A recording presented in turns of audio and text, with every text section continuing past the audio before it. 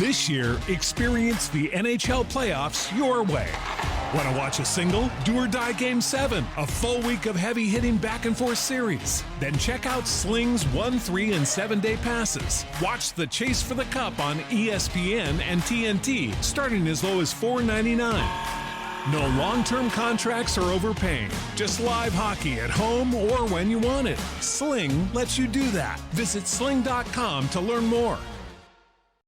It's time for the Larry H. Miller Utah Summer Games at Southern Utah University in Cedar City. Register today to participate in the 40th anniversary season of a Utah sports tradition at utahsummergames.org. Participate in over 50 sports around the state. Then plan to join the opening ceremonies Friday, June 5th, presented by State Bank of Southern Utah. Register today to participate in the 40th anniversary season of the Larry H. Miller Utah Summer Games. Welcome back to the Saturday Show, 97.5, the KSL Sports Zone. Alex Napoles and Christian Esparza, thank you for making us a part of your Saturday morning. Let's jump into this lottery reform as well as some NBA playoff talk. Obviously, one of the biggest storylines that was here with this 2025-2026 NBA season was the tanking storyline, and it starts off with the Jazz and the Pacers taking that tanking-related fine earlier in the season, and then from there, it has been a major talking point inside the NBA, and it seems like there might now finally be some sort of a solution and some sort of proposal that Adam Silver, the commissioner of the NBA, and everybody is putting forward. It's a new lottery system that is the 3-2-1 proposal. It is based off the name of the distribution of the lottery balls. The lottery balls will now include 16 teams, up from 14 of it previously was. The 10 teams that missed the postseason entirely, and the number 9 and number 10 seeds in both conferences, and the losers of the 7 and 8 play-in tournament game.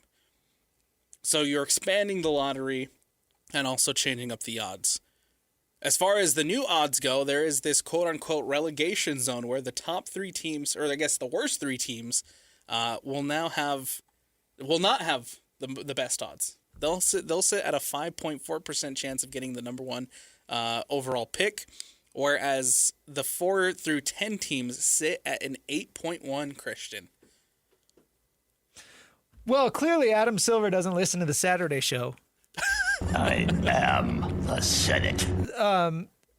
One of my biggest talking points when it came to whatever the NBA does to fix the lottery, quote unquote, fix the lottery, fix the tanking, whatever, was that I shouldn't need a rule book. Yes. To know how this works. I shouldn't, some random casual NBA fan on the street is going to tune into the lottery and see this and be like, what the heck is even going on? What is the point of all these rules? What is the point? Can somebody please explain this to me? And you're going to need to explain this every single year because it's so complicated. It's so stupid. And by the way, using the term relegation zone for the first 3 picks, that's a buzzword that doesn't even mean anything because they want so badly to make it like, European soccer where there is a relegation league if you're not good enough. Yeah. But they're too scared to actually do that. I take offense. Because owners don't want to do that. Right. So all the soccer fans are like, what the heck do you mean relegation? That's ridiculous. I take offense to the term relegation zone in this. Yeah. So you've got all of this. Adam Silver saying that teams should hate to lose. And sure, I totally agree with that. In a fun and perfect world, yes, professional sports teams, every single year, their goal should be to win the championship, not lose out to increase odds. But guess what? That's not how it works. The world is not perfect, right? If it were a perfect world, you and I would be on the air every single day instead of just Saturdays, right? Yeah. We can't always get what we want. I'm sorry, Adam. The bottom line is teams that are not good enough to win, they need to lose in order to get the better players at the top of the draft. That is how it works in American sports. And I think the NFL has a fine system.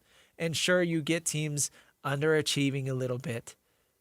But I wouldn't say that the NFL has a tanking problem by any means.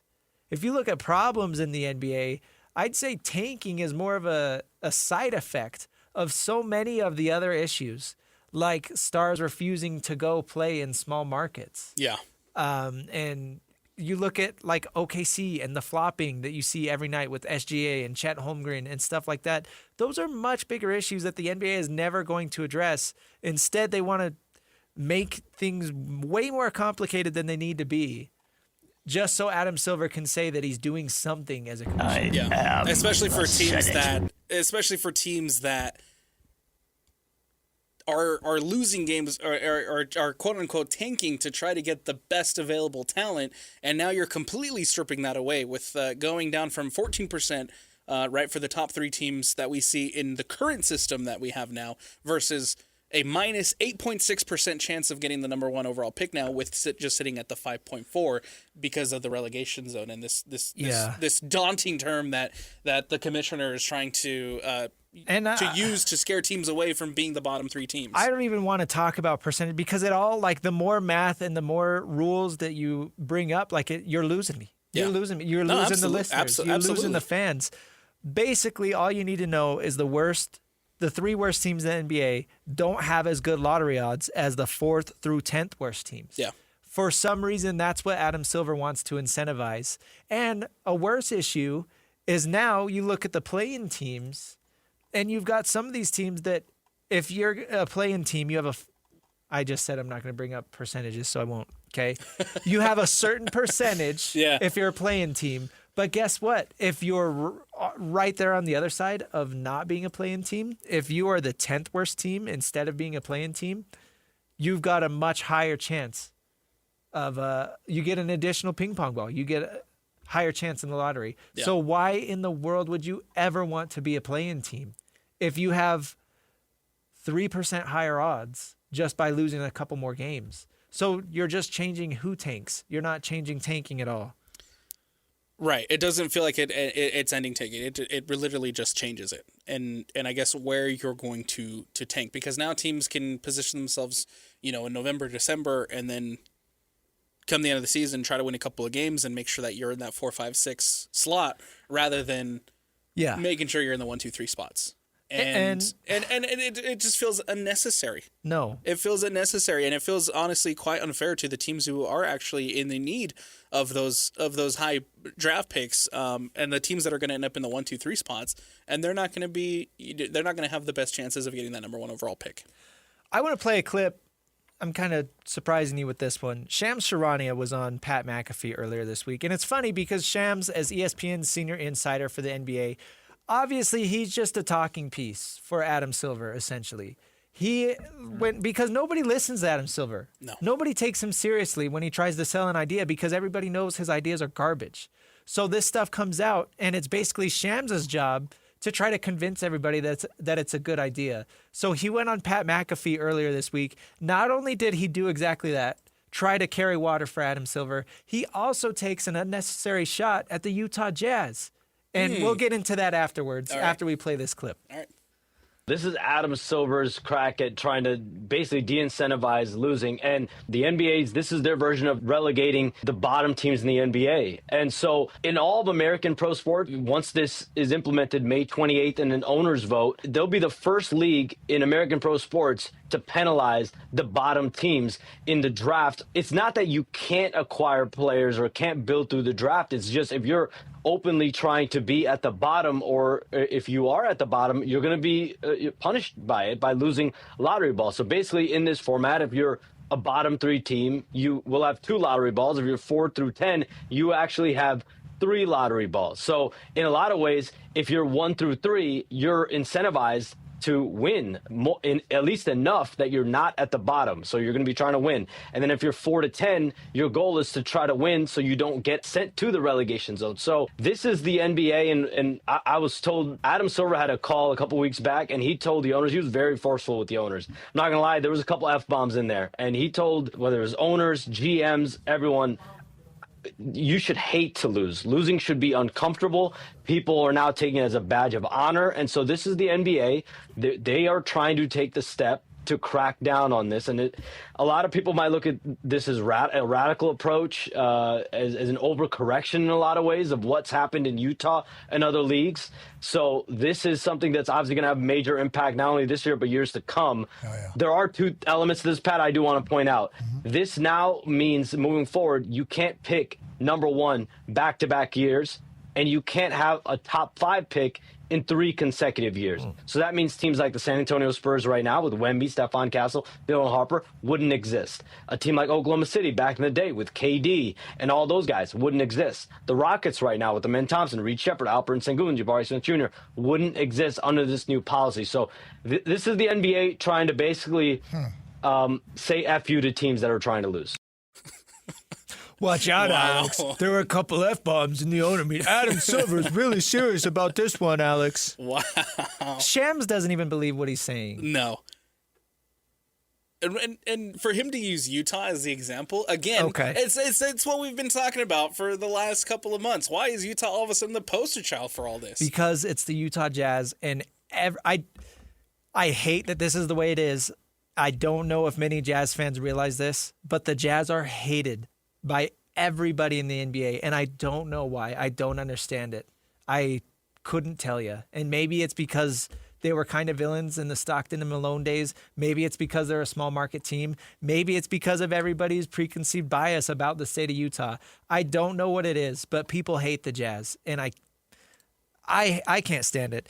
One thing that really bugged me, there's this tweet going around, right? And Shams kind of talked about a similar thing, right? If the NBA's new anti-tanking proposal existed a few years ago, none of these young cores would have been possible because of you can't pick number one back-to-back years and you can't be in the top 5, however, whatever, right? So it's talking about some of these young cores that, right, the Spurs were able to build because they took Wemby, Stephon Castle, and Dylan Harper, top 5 in 3 consecutive years. The Rockets, Jabari Smith, Jalen Green, Amen Thompson, Reed Shepard. The Cavs with Mobley, Garland, and Okoro. But the one I want to specifically mention, the Pistons with Cade Cunningham, Ivy, Sar Thompson, and Holland. Yeah. That's 4 drafts that the Pistons picked top 5. 4 drafts in Because they were 5 tanking. years. Because they were tanking. Because they were tanking. The Jazz had 1 top 5 pick. Exactly. We'll see what happens in the lottery this month. They might not even have another top 5 pick. It could be 6, 7, or 8. Yeah. We will see. Yeah. The Jazz have been out of the playoffs They've never moved for up. 4 years. They've never moved up. The Jazz have been out of the playoffs for 4 years. I would say they have only, quote unquote, tanked for 2 of those years. This year and last year. Last year they end up with the worst record in the NBA. This year they were the 4th worst record. The 2 years previously, they were kind of a half in, half out tank. Yet somehow everybody wants to talk about what the Utah Jazz are doing as sacrilege and so bad for the NBA. And it's the worst thing to ever happen because heaven forbid they play Lauri Markkanen or Jaren Jackson Jr. for 3/4 of a game and then pulling them out. And again, to tie it into an earlier conversation, this just all goes back to the gamblers. Who controls the NBA? It's the media's rights deal, right? And where does ESPN get all that money? The gambling companies. So it's kind of in a roundabout way, that's why everybody was so mad at the Utah Jazz for doing what they did with Lowry and Jaren Jackson Jr. is because at the end of the day, it's the gamblers losing out on money because they see Lauri Markkanen's playing, they bet the over, and he ends up only playing 3/4, so he doesn't hit his over, and people are grumpy about it. Yeah. Nobody cares when the Spurs do it. Nobody cares when the Pistons did it. I mean, the Pistons were a laughing stock for having the worst losing streak in NBA history. Nobody said that was, nobody's taking shots at, look at what the Detroit Pistons are doing. That's so bad for the league. People sat and pointed and laughed because they were bad. But when the Jazz are bad, oh my goodness. It's the worst thing. It's the worst thing that could possibly happen in the NBA. I don't think the 3-2-1, I don't think it actually stops tanking. Because in a way, yes, like it is less advantageous for you to have one of the worst records in the NBA, right? And I think at the end of the season, right, teams are going to do everything they possibly can to end up not being in the bottom 3 spots. Yeah, don't you dare call it the relegation zone. No, I'm not going to call it the relegation zone. The bottom 3 spots. The teams are going to win. Teams are going to want to win and are going to do their best to get out of that zone. But if you're a fringe playing team, if you're a fringe playoff team, why would you try to win games at the end of the season to make it into the playing game and end up with a 5.4% chance of winning the lottery, where you can end up in the 10th, 9th spot and have an 8.1. Right. Lose a couple more So- games so- and you boost your lottery odds. Like, yeah, you're going to end up missing the play-in. Like, oh, man, we didn't make it. Yeah, you think the Heat would have cared this year if No. they had higher lottery odds instead of Absolutely being in the not. play-in? You Absolutely think not. the Hornets would? Absolutely not. No. It's yeah. You miss your teams are gonna. You're gonna end up stopping the tanking of the worst in the NBA, right? The top three teams, and people are gonna try to get out of there. But the teams who are like on the fringe of being in the play-in, they're gonna end up tanking.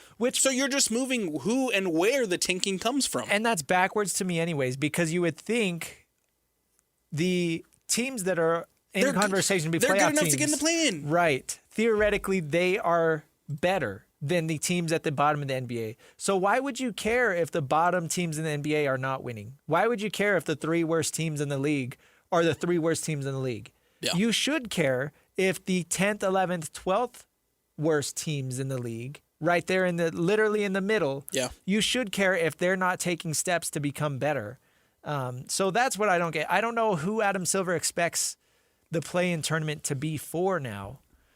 In my mind, it's like, okay, are you expecting teams like the Jazz or the Wizards to be the play-in teams next year?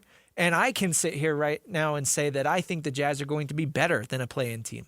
I think they're going to be probably 5 or 6 seed in the West, and that's not play-in range, right? So what is the point of the play-in now if it's just this middle ground where teams aren't going to want to be? Right. And that doesn't make any sense to me. Who's that supposed to be for? What team benefits from being in that play-in spot? I think you're going to be looking next season, and once this reform happens, you look at the standings now, right? You have the Clippers in 9, the Golden State Warriors in 10, and you have the Pelicans and the Mavericks just sitting outside of that. And you have a team like the Pelicans who could probably really benefit from a top 5 pick. Obviously, they don't have their pick, but I'm just saying in the hypothetical, right? The Pelicans who can benefit a lot from a top 5 pick, but you're going to have the Clippers who don't necessarily need that. They have Kawhi Leonard, they have a good team, and they're going to end up tanking, and they're going to end up falling out. The Pelicans are somehow going to end up sneaking into the play-in game, and they're going to miss their chance on a good draft pick. Yeah. Because the Clippers decided that they don't want to be in the play-in. Yeah, man. It doesn't make any sense to me. And so I think I saw that this is going to basically be in effect.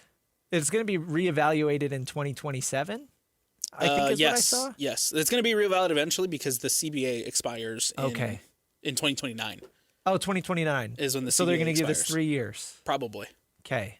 And I think once the CBA expires, there's going to be more added onto this anti-tanking / lottery reform that we're gonna end up seeing.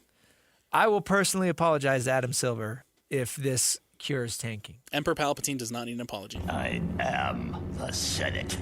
I'd be surprised if Adam Silver still has a job in 3 years, to be honest with you. Yeah, because this is making the NBA seem worse in a worse spot than it already is. Yes. Yes. I will remind everybody. I will remind all of our listeners. I will remind Adam Silver if you're listening. The point of the draft I am the Senate. is to give bad teams an opportunity to be better. It does not make sense for the worst teams to not be picking at the highest part of the draft. Right. It does not make sense to give these other teams higher lottery odds than the worst teams. I don't know. Tanking has always been a thing in the NBA. This seems like a really, really quick, fast track to essentially, quote unquote, killing the small markets. Well, yeah. Because imagine if the Jazz didn't get Ace Bailey. Yeah. Imagine if they lose in the lottery and they drop to 8 this year and they're not able to get another franchise player. Then you are really, really hoping that Lauri Markkanen and Tripp on their own can do something for you. And that's just not going to happen. Yeah. Like, you need the draft to get better. You need it as a small market team. There's no free Because agent. you're not There's no gonna free get agency. agents. Yeah. And I guess the Jazz front office has been really good at making trades, but that's TBD. I mean, we really haven't seen the extent of what Jaren Jackson Jr. can do. So I totally agree with you. If there is no draft, the small market teams are ruined. We'll see. We'll see what happens, man. And I think, I already think that in the current form and the current way that the lottery is, the team with the worst record being able to fall all the way to 5th, as we saw, last year with the Jazz, I think that's already wild. Now the team with the worst record can fall all the way down to 12th. That's ridiculous. You're telling me that the worst team in the NBA is going to be picking at the 10, 11, 12 spot in the NBA draft? Yeah.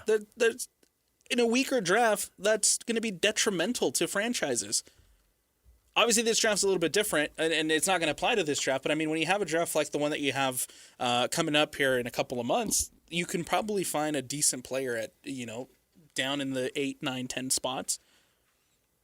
But in a weaker drafts that we've seen, in the past, you're not going to get anything at the 8, 9, 10 spots. Imagine the draft. There's no franchise-changing players. There's no franchise-changing stars in the 8, 9, 10 spots in some drafts. Imagine the Jazz having the worst record in the NBA, and all they get to show for it was Noah Essingwe. Who?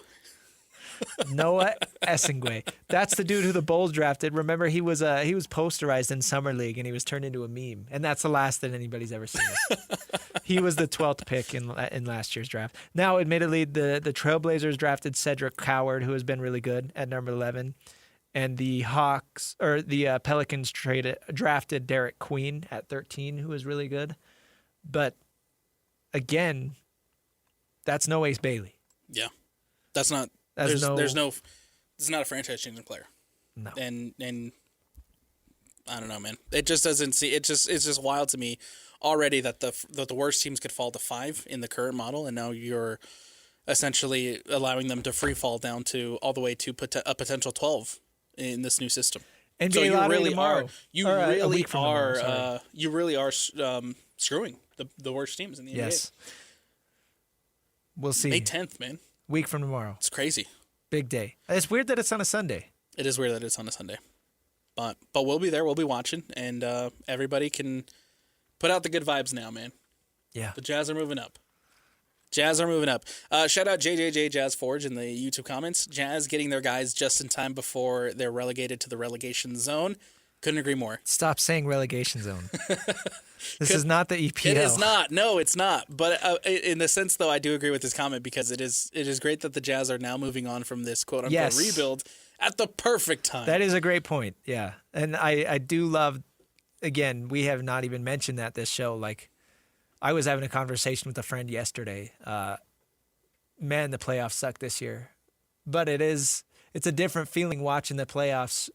He said stress-free is the terms he used. And I said, well, get ready because next year is not going to be stress-free. I agree. Next year, the Jazz will be pushing. Silver zone instead of relegation zone. I like that one. Silver zone. Nice. That is funny. Hey, we got to take a break. On the other side, let's talk NHL playoffs. Let's talk NBA playoffs. That and more coming up on 5 minutes of here on on the Saturday show, 97.5 the KSL Sports Zone. Hey there, it's Wayfair here, where delivery and setup are as easy as a few taps on your phone. You're relaxing in an old hammock, scrolling Wayfair's app, when you spot it, a brand new patio set. Next thing you know, Wayfair delivers it right to your patio and sets it up. Oh, you need a new grill too? All right, Wayfair's got you covered. With Wayfair's room of choice delivery and fast expert setup on qualifying orders, life gets a little easier. Visit wayfair.com or the Wayfair app. Wayfair, every style, every home. This year, experience the NHL playoffs your way. Want to watch a single, do or die Game 7, a full week of heavy-hitting back-and-forth series? Then check out Sling's 1, 3, and 7-day passes. Watch the chase for the cup on ESPN and TNT, starting as low as $4.99. No long-term contracts or overpaying. Just live hockey at home or when you want it. Sling lets you do that. Visit sling.com to learn more. I sold my car in Carvana last night. Well, that's cool. No, you don't understand. It went perfectly. Real offer, down to the penny. They're picking it up tomorrow. Nothing went wrong. So, what's the problem? That is the problem. Nothing in my life goes as smoothly. I'm waiting for the catch. Maybe there's no catch. That's exactly what a catch would want me to think. Wow, you need to relax. I need to knock on wood. Do we have wood? Is this table wood? I think it's laminate. Okay, yeah, that's good. That's close enough. Car selling without a catch. Sell your car today on Carvana. Pickup fees may apply.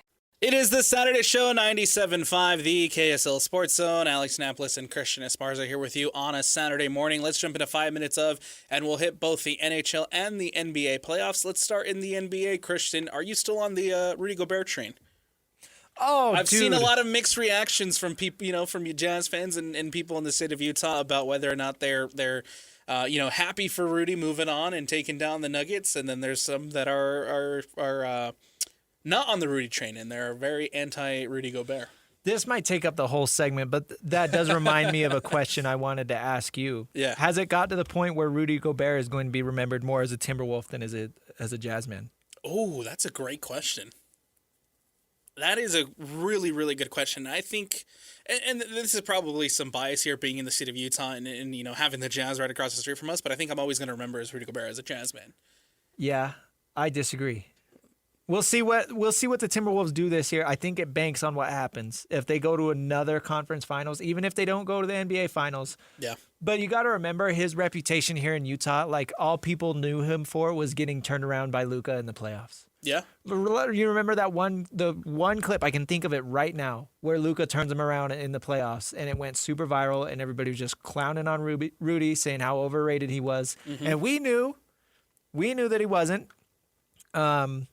But that was, again, going back to a previous conversation, everybody in the NBA hates Utah, and they just want to clown on whoever's in Utah. Yes, and I feel like now that he's with the Timberwolves and he's doing what he's doing with the Timberwolves, right, and the performances that he's had on Nikola Jokic during this playoff run, like, people are coming around a lot more on Rudy Gobert. And he was doing that same stuff in Utah, and nobody cared. Wild to see. Yeah. Wild. So I am glad that Rudy Gobert is enjoying success. It is cool to see him, shut down Jokic, and the Timberwolves moving on in that series after losing Anthony Edwards and Dante DiVincenzo and Ayo Dosunmu, who was out their most recent game.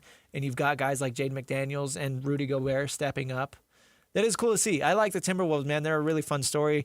I personally hope they give it to the Spurs. I get this thing where I get really bugged when everybody talks about something, hype something up too much. And that's where I'm at with the Spurs. Like, yes, I get it. I get the generational talent that Wemby is. I get it. But I'm not ready to sit here and crown them as the number 2 team in the West. I do think that'll be a really, really great matchup. And I think that if the Timberwolves can get healthy ASAP.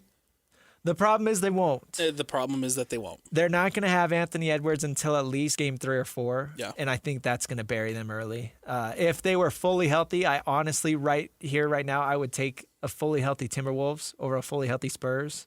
So this kind of feels like it's going to go as a what if. But, man, Ant has been so much fun to watch in the playoffs. And when he hurt his knee, dude, that really sucked. And to be honest, man, once Ant went down, I wrote off the Timberwolves. It did feel like the Nuggets were going to come back. I thought that was it for Minnesota, and I thought that Nikola Jokic being Nikola Jokic, and that Nuggets team being what they have been the last couple of seasons with no Ant, and specifically too, man, no Dante DiVincenzo. Like, I thought for sure the Nuggets were going to come back. Yeah. But massive credit to the Timberwolves and for what they've been able to do. They've been fun and they've been impressive, and I think that they've surprised quite a bit of people around the NBA.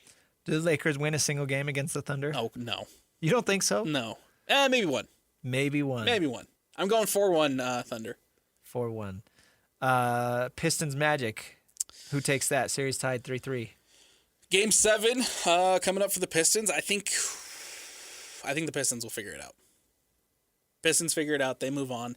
And they will take on the Cleveland Cavaliers in the next round. You're going to take Cleveland. Taking Cleveland in that Game 7 as well. And the Pistons?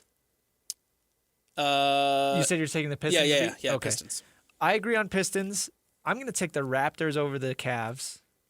I will say it was super fun to watch Toronto take it in overtime to force Game 7. Yeah, that's a fun team. I thought, the Cavaliers were going to come in and close out the series and move on. But massive credit to the Toronto Raptors, who I'd written off, and I think a lot of people around the NBA had written off. But they're able to pull it off in overtime, force Game 7, and now you have a phenomenal matchup set for Game 7. But I do think that the Cavaliers somehow figure it out, and they move on, and they'll take on the Pistons. And some breaking news for tonight's Game 7. Those are both tomorrow. Tonight's Game 7 between the Celtics and the 76ers. Chris Haynes tweeting that Boston Celtics star Jason Tatum has been downgraded to questionable for Game 7 tonight as he deals with knee stiffness. Of course, recovering from his Achilles tear just a season ago in the playoffs. Yeah. Really crazy that he's back and playing already. And it's not surprising to me that he's dealing with an injury because it's not just your Achilles that you have to worry about. It's your entire body getting back into game shape, and how do your other muscles in your legs kind of respond to, that other weakness right there. So let's say Tatum doesn't play. Do you think the 76ers take it? I don't. Do you think the Celtics win game 7? I think Celtics will take Game 7. Even with no Tatum. I do want to say, though, massive credit to Philadelphia for, being down 3-1 and coming back and forcing that Game 7. I think down 3-1, I again, had definitely written off the 76ers, and I thought that the Celtics were gonna move on fine. But then the 76ers win Game 5, and then they win Game 6 on Thursday, and then tonight they're setting up for a Game 7, which massive credit to them. I thought it was over for Philadelphia being down 3-1, but here they are in Game 7 with a chance to move on. I think the Celtics win too. Yeah, I'm with you. I think Brown can get you enough. Brown is good enough to win a single game on his own, much less a series. I mean, even if Tatum was out this whole series, I think I'd feel comfortable taking the Celtics still. Yeah. Brown is a very good player. He is very good, and I thought that he should have had more shots for MVP this season, considering what the Celtics team lost, and considering how the Celtics team was able to kind of keep it going even without Tatum. Yeah. And be in the spot that they're at. They're the number 2 seed in the East. And that's massive credit to Brown and what he had been able to accomplish in the regular season with the Boston Celtics this season. But now here they are in Game 7, again after being up 3-1. But I don't see the 76ers going into Boston and taking that. Nah. Give me the Celtics. And the Celtics-Knicks in the next round is going to be super fun. The Knicks absolutely blowing out the Hawks. We talked about it a little bit earlier. This is kind of where I've had it going into the NBA playoffs this year, with how it's shaking up. I thought OKC was going to move on perfectly fine. The Lakers one kind of took me by surprise. Yeah, but that's pretty much it. And I guess Toronto. If Toronto's able to win Game 7 and move on, that would probably be the biggest surprise for me. And Magic forcing a Game 7 with the number 1 seed, I think, is a bit of a surprise. Yeah, but I didn't believe the Pistons. No, I guess, but it's still an 8-1. I didn't believe the Pistons. I thought that their youngness would eventually rear its head, and I thought it has for a lot of this series. Tobias Harris. Yeah. Stinks.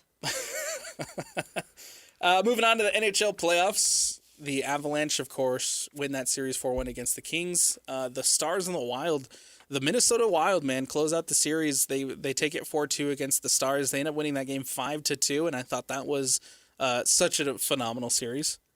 Yeah. I thought that had the potential to go all the way to 7. Unpredictable, but the Wild end up taking it in Game 6, and now they move on to take on the Avalanche. And how about Quinn Hughes' shot off of the defenseman's ankle? That was crazy.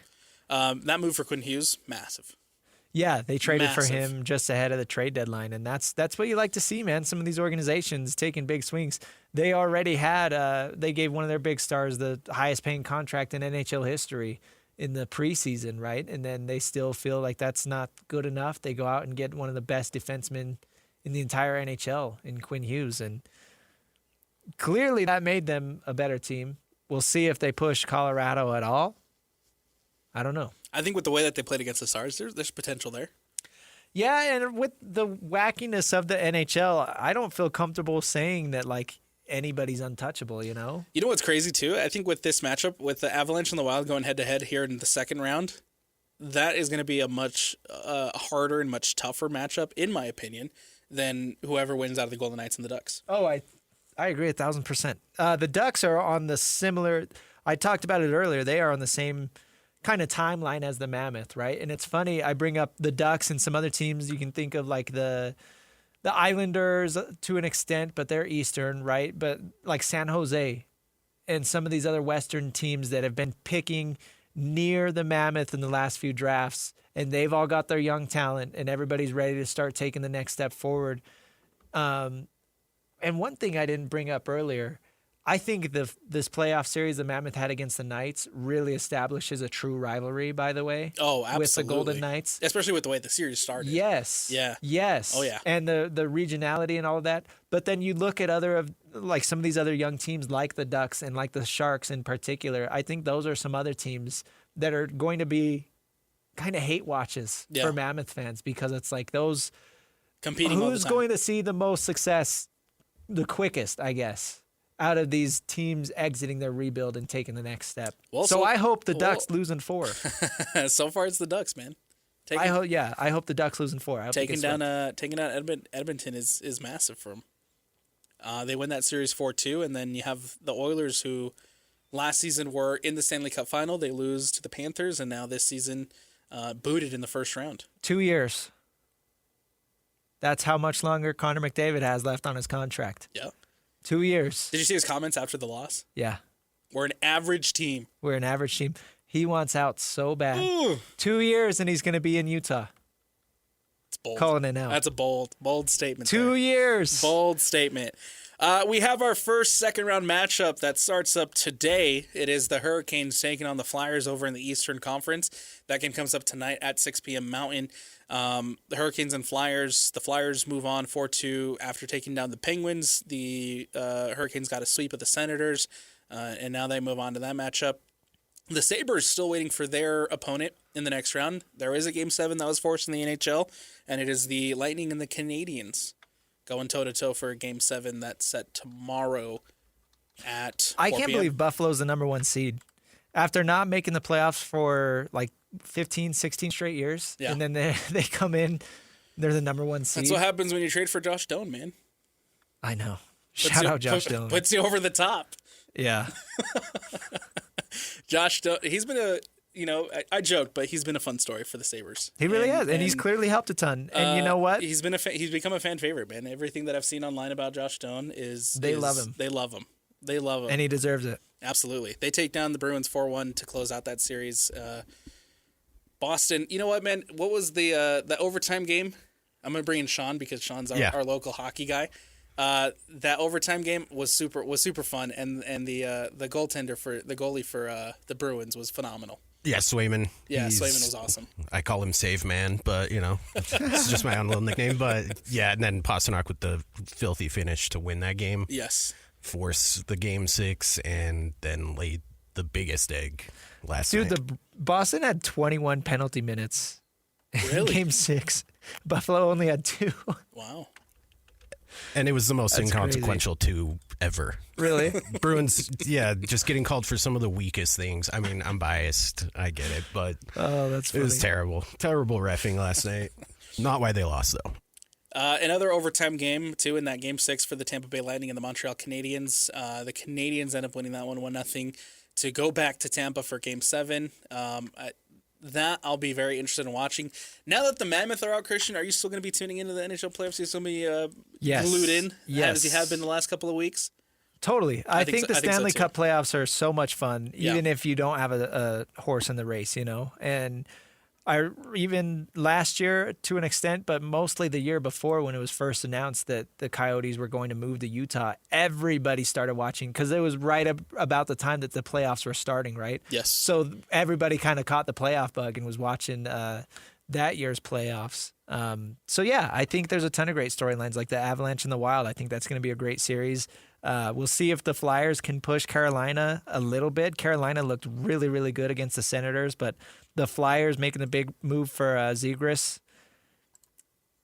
We'll see if that can get them to the conference finals. But I don't know, man. I think right now, looking at the bracket, I think the champion's going to come out of the West, whether that's the Avalanche, Wild, or Knights. I think I would agree, and I think I have the Avalanche picked right now, but we'll see. I think I'll be more interested in the NHL playoffs right now than I am in the NBA, honestly. Yeah. I think that there's a couple series, in the NBA that could potentially change that for me, like a Timberwolves Spurs. But right now, I think I'm more in tune, and I think I'm more intrigued by the Stanley Cup playoffs than I am the NBA playoffs, which is a first for me. Yeah. I've always been more NBA, and I've always loved the NBA playoffs and the intensity that it brings, and especially Game 7s, man. There's nothing better than Game 7s, but this year I've been more intrigued by the NHL. And I'm just so upset with Adam Silver right now. I'm just not going to pay any mind to his product. Right. Emperor Palpatine. Senate. Yeah. All right, we got to take a break. We'll wrap things up on the other side here on the Saturday show. It is 97.5, the KSL Sports Zone. This year, experience the NHL playoffs your way. Want to watch a single, do or die Game 7, a full week of heavy-hitting back-and-forth series? Then check out Sling's 1, 3, and 7-day passes. Watch the chase for the cup on ESPN and TNT, starting as low as $4.99. No long-term contracts or overpaying. Just live hockey at home or when you want it. Sling lets you do that. Visit sling.com to learn more. Welcome back. It is the Saturday show, 97.5, the KSL Sports Zone, final segment of the day. Christian JJ Redick made some interesting comments that have re-sparked the MJ versus LeBron debate. Okay. JJ Redick said that LeBron James has had the greatest career of any NBA player after eliminating the Houston Rockets, and that, of course, led to everybody online the other night talking, reigniting MJ versus LeBron. Has he had the greatest career of any NBA player ever, LeBron James? Well, he has the most points scored ever, and I think that is a very convincing argument. So what do you value more, like total points scored or total rings? Because there are several other players who have more rings than LeBron. Or you can look at the finals percentage, right? How many of his NBA finals that he went to did he win? I think that's always going to hang over his head. So if you want, 100%, 6 for 6, then you go Jordan.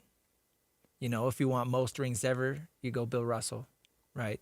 But if you want most total points scored, and you take LeBron, honestly, that's not an argument that I would really argue with. I think you could take any side on that. Yeah. I'm whatever. I think I agree for the most part, right? I agree that you can make an argument for either side of being the greatest of all time. Yeah.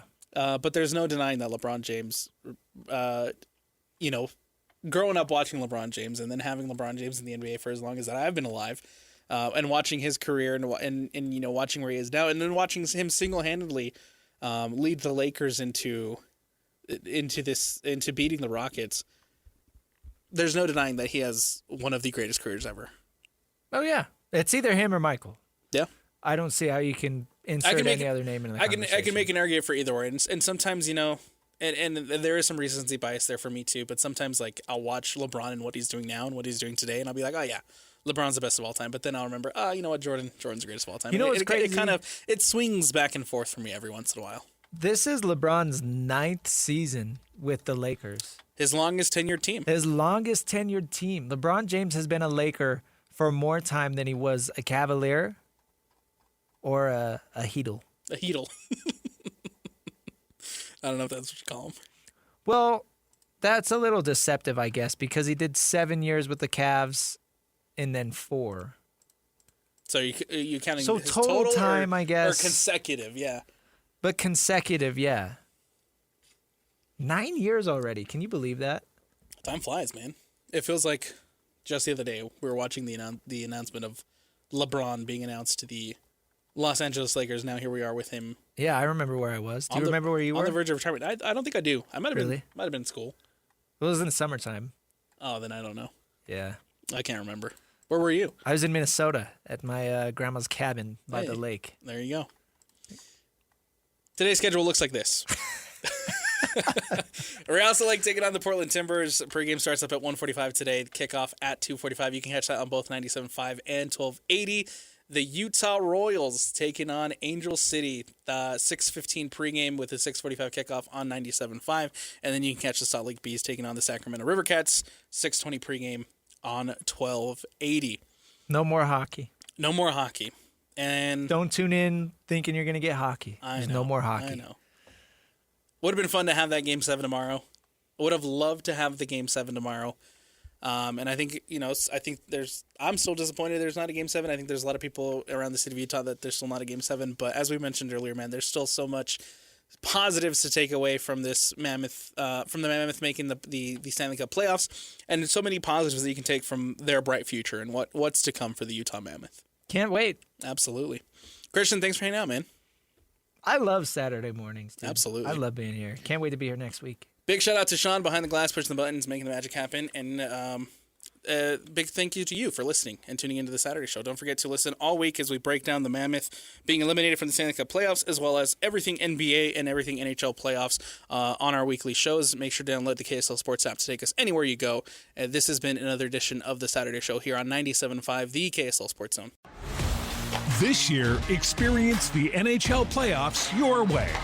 Want to watch a single, do or die Game 7, a full week of heavy-hitting back-and-forth series? Then check out Sling's 1, 3, and 7-day passes. Watch the chase for the cup on ESPN and TNT, starting as low as $4.99. No long-term contracts or overpaying. Just live hockey at home or when you want it. Sling lets you do that. Visit sling.com to learn more.